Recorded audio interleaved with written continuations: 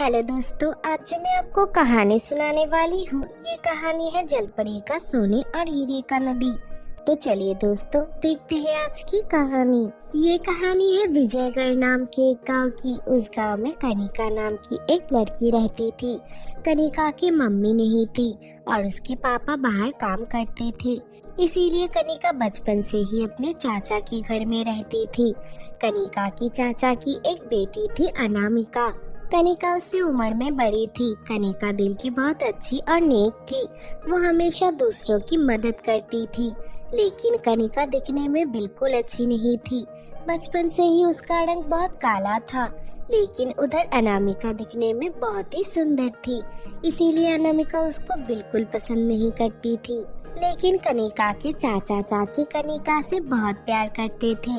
ऐसे ही एक दिन कनिका और अनामिका घर पे ही थी, तब अचानक से कनिका की हाथ लग के अनामिका की मेकअप किट टूट गई। ये तूने क्या कर दिया? ये मेरे कितने महंगे मेकअप किट है। मुझे पता है तूने ये जानबूझ के तोड़ा है।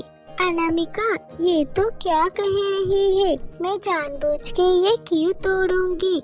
गलती से मेरे हाथ लग के ये नीचे गिर गया। ठीक है, अब तो मुझे मत सिखा। तू खुद बदसूरत है और मेरी सुंदरता से जलती है, इसलिए तूने ऐसा किया है। मुझे पता है सब कुछ। वो दोनों ऐसे ही लड़ रहे थे, तब कनिका की चाची यानी अनामिका की माँ वहाँ पे गई और जाके उनसे पूछी, क्या हो गया? तुम दोनों ऐसे लड़ क्यों रहे हो? पूरे घर में हल्ला मचा रखा है तुम लोगों ने। माँ, आप लोगों ने इस बदसूरत भिखारी को हमारे घर में क्यों रखा है? इसने आज जानबूझ के मेरे मेकअप किट तोड़ दिया। छी अनामिका, कनिका तुम्हारी बहन है, ये सब क्या कह रही हो तुम? अनामिका की माँ अनामिका को डांटने लगी, लेकिन कनिका को अनामिका की बात दिल पे लग गई और वो रोते हुए वहाँ से चली गई। रोते रोते वो गांव के एक नदी के पास जाके बैठ के रोने लगी। तब पानी में उसे एक हलचल महसूस हुआ। जैसे ही वो यहाँ वहाँ देखने लगी, तब अचानक से उसके सामने एक जलपरी प्रकट हो गई। सुनो, मेरे पास आओ, डरो मत। आप कौन है और आप यहाँ कैसे आए? मैं जलपरी हूँ। मैं कई सालों से इस नदी में रहती हूँ। क्या तुम्हें सोने की नदी के बारे में कुछ भी नहीं पता? सोने की नदी? मैंने तो ऐसा सोने की नदी के बारे में कुछ भी नहीं सुना।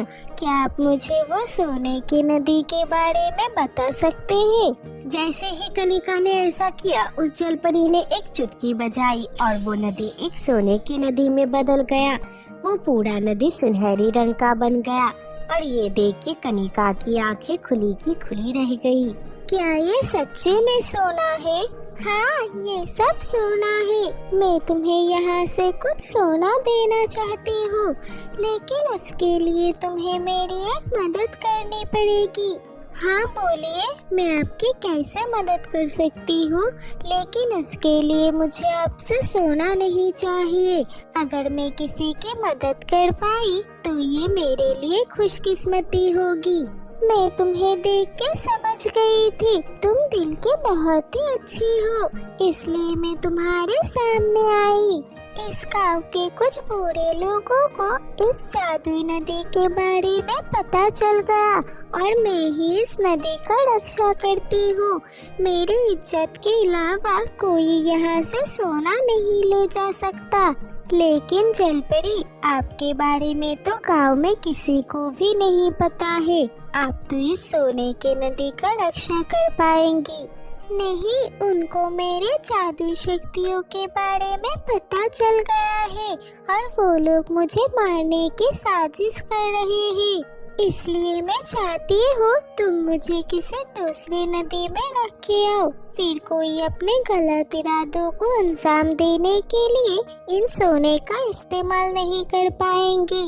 लेकिन जलपरी, मैं अकेली आपको यहाँ से दूसरी नदी में कैसे लेके जाऊंगी? तुम उस चीज के लिए फिक्र मत करो, आप तुम मेरे जादुई शक्तियों का कमाल देखो। इसके बाद जलपरी एक छोटी मछली बन जाती है और कनिका उनको हाथ में उठा के वहाँ से चली गई।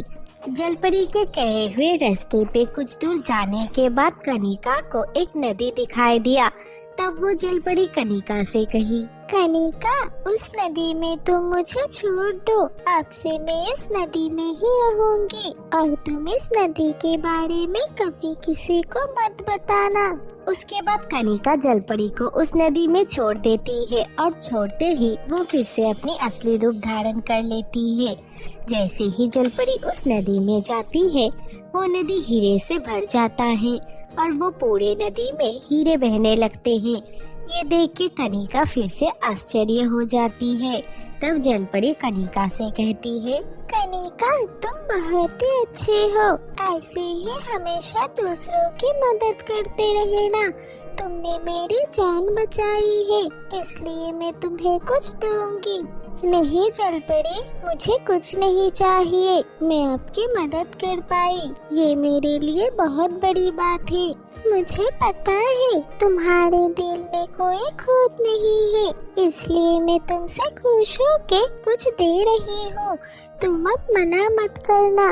ये कह के उस जलपरी ने कनिका को बहुत सारा हीरे दिया। कनिका को जब इतना सारा हीरा मिला, वो बहुत खुश हो गई। अब तुम इन हीरों की मदद से अपने सब सपने पूरे कर पाओगे और तुम्हें कभी भी किसी चीज की जरूरत हो, तुम इस जादू हीरे की नदी के पास आ जाना। मैं तुमसे जरूर मिलने आऊंगी। लेकिन वो जो जादू सोने का नदी है, अब उसकी रक्षा कौन करेगा? अब उसमें जादू शक्तियाँ नहीं है, अब से वो एक श्रापित नदी है। उस नदी में जो भी अब सोने ढूंढने जाएगा, उसकी मौत हो जाएगी। तुम कभी उस नदी के आसपास भी मत जाना। ये कह के वो जलपरी पानी के अंदर चली गई। कनिका भी वो सब हीरा लेके घर वापस आ गई।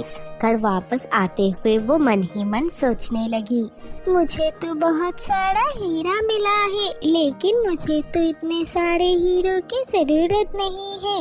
मैं एक काम करूंगी, इन हीरों की मदद से मैं दूसरे जरूरतमंद लोगों की मदद करूंगी। ये सोच के वो घर वापस चली गई। घर जाके उसने अपने चाचा चाची को सब कुछ बताया। उसके चाचा चाची ने उसको अलग एक घर बना के रहने का सलाह दिया। कनिका ने अपने लिए गांव में एक बड़ा सा घर बना लिया और अपने पापा को भी अपने पास बुला लिया। ऐसे ही दिन निकलने लगे। कनिका गांव में सभी जरूरतमंद लोगों की मदद करने लगी।